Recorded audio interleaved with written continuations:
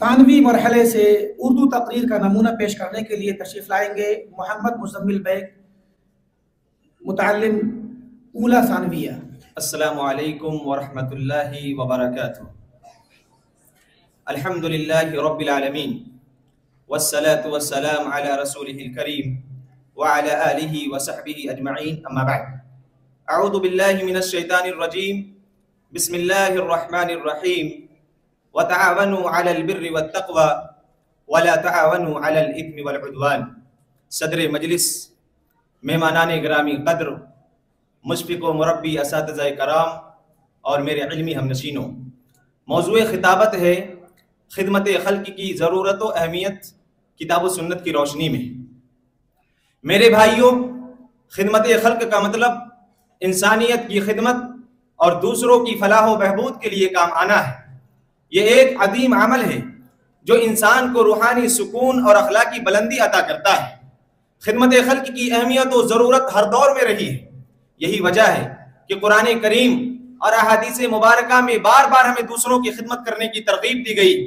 رب العالمین نے فرمایا وَتَعَاوَنُوا عَلَى الْبِرِّ وَالتَّقْوَى وَلَا تَعَاوَنُوا عَلَى الْإِثْمِ وَالْعُدْوَانِ، اور دوسرے مقام پر فرمایا إِنَّ اللَّهَ يُحِبُّ الْمُحْسِنِينَ۔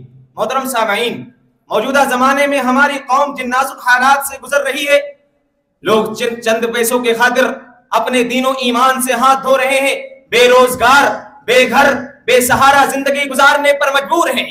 ایسے پرفتن دور میں خدمت خلق کی اہمیت و ضرورت مزید پڑ جاتی ہے، اور صاحب استطاعت پر یہ ضروری ہو جاتا ہے کہ وہ لوگوں کی مدد کرے، وہ مسکینوں کا سہارا بنے، بیواؤں کا سہارا بنے، غریبوں کی مدد کرے، اس لیے کہ رب کائنات نے مخلوق کی خدمت کو خالق کی خدمت قرار دیا۔ صحیح مسلم کی روایت ہے، اللہ کے نبی صلی اللہ علیہ وسلم فرماتے ہیں کہ روز قیامت اللہ رب العالمین کہے گا اے ابن آدم، میں بھوکا تھا لیکن تو نے مجھے کھانا نہیں کھلایا، میں پیاسا تھا لیکن تو نے مجھے پانی نہیں پلایا، میں بیمار تھا لیکن تو نے میری عیادت نہیں کی۔ انسان کہے گا اے اللہ رب العالمین، اے رب العالمین، تو پوری کائنات کا مالک ہے، تو کیسے بھوکا ہو سکتا ہے، تو کیسے پیاسا ہو سکتا ہے، تو کیسے بیمار ہو سکتا ہے، تیری عیادت کیسے کی جا سکتی ہے؟ رب العالمین جواب دے گا اے بندے سنو، میرا فلاں بندہ بھوکا تھا لیکن تو نے اس کو کھانا نہیں کھلایا، میرا فلاں بندہ بیمار تھا لیکن تو نے اس کی عیادت نہیں کی، میرا فلاں بندہ پیاسا تھا لیکن تو نے اس کو پانی نہیں پلایا۔ محترم سامعین، یہی وجہ ہے کہ نبی اکرم صلی اللہ علیہ وسلم نے اسی جانب اشارہ کرتے ہوئے فرمایا تھا وَعُودُ الْمَرِيدَ وَطْعِمُ الْجَائِعَ وَفَقُّ الْعَانِ۔ میرے بھائیوں، ان دونوں روایتوں سے یہ بات واضح ہو جاتی ہے کہ مسکینوں کی مدد کرنا، غریبوں کی مدد کرنا، مسکینوں کا سہارا بننا، بیواؤں کا سہارا بننا اور غلاموں کو آزاد کرنا، یہ خدمت خلق کا ایک اہم حصہ ہے۔ میرے بھائیوں، خدمت خلق کی اہمیت اور ضرورت کا اندازہ لگانا ہو تو نبی اکرم صلی اللہ علیہ وسلم کی سیرت کا مطالعہ کرو۔ آپ صلی اللہ علیہ وسلم نے خدمت خلق کے ایسے مظاہر پیش کیے کہ تاریخ انسانی اس کی نظیر پیش کرنے سے قاصر ہے۔ آپ صلی اللہ علیہ وسلم کی زندگی نبوت کے بعد پوری ہی خدمت انسانی سے عبارت تھی، اور نبوت کے قبل بھی آپ صلی اللہ علیہ وسلم اس ذمہ داری کو ادا کرتے رہے۔ جیسا کہ پہلی وحی کے موقع پر آپ صلی اللہ علیہ وسلم کی بیوی خدیجہ رضی اللہ عنہا کہتی ہیں کلا ابشر فواللہ لا یخزیک اللہ ابدا انک لتصل الرحم وتحمل الکلا وتکسب المعدوم وتقری الضیف وتعین علی نوائب الحق۔ اور جب نبی اکرم صلی اللہ علیہ وسلم نے مدینہ منورہ میں نئے معاشرے کی تشکیل کی تو لوگوں کو اسی بات کی جانب ترغیب دلائی اور فرمایا یا ایھا الناس افشوا السلام واطعموا الطعام وصلوا الارحام وصلوا باللیل والناس نیام تدخلوا الجنۃ بسلام۔ میرے بھائیوں، اللہ کے نبی صلی اللہ علیہ وسلم نے رشتہ داروں، حاجت مندوں، حتیٰ کہ جانوروں کے ساتھ بھی حسن سلوک کو پسندیدہ عمل قرار دیا، اور فرمایا سنن ابو داؤد کی حدیث ہے اللہ کے نبی فرماتے ہیں ارحموا من فی الارض یرحمکم من فی السماء۔